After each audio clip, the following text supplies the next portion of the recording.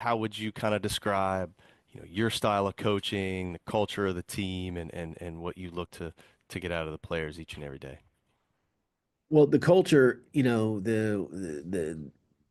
we like to say Clemson family here because that's important. And me growing up in New Jersey, that was kind of like how all your teams were. You were part of a family one way or the other. So understanding what is the expectations of the family when you come to be a part of it. You know, so if you play for an Eddie's team, be based on my own professional career, it's like you're probably going to play on a team that's going to work hard. You're going to have to be fit. You're going to have to compete. I always say if you're an athlete in any sport, that the minimum expectation is you're asked to work, not to just trot through it. It's to put forth an effort, challenge yourself, and then obviously you commit and submit yourself to the team.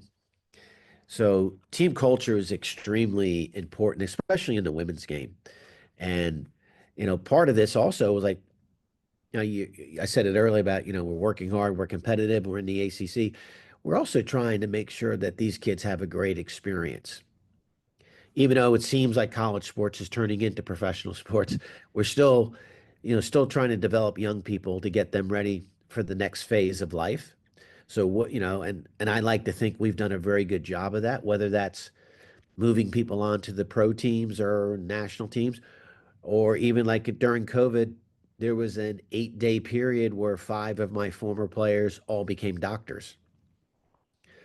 And, it was a great reminder to me about, kind of the why of why you coach. And, it's kind of how special it is to impact young people's lives that'll set them up for future success.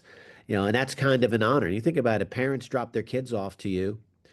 There's a lot of honor and respect that comes with that. They're trusting me, they're trusting our staff with their kid. I know what that's like. I have a daughter. Daughters are special. They're like diamonds. So, you know, I've always tried to set up our program and our teams along the lines of like, what are some of the good things that we want to be our foundation of who we are?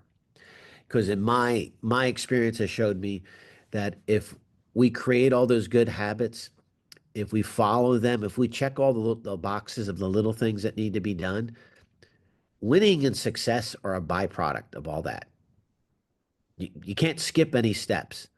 You know, hey, create a good environment, surround yourself with good people, treat them well, be honest, work hard.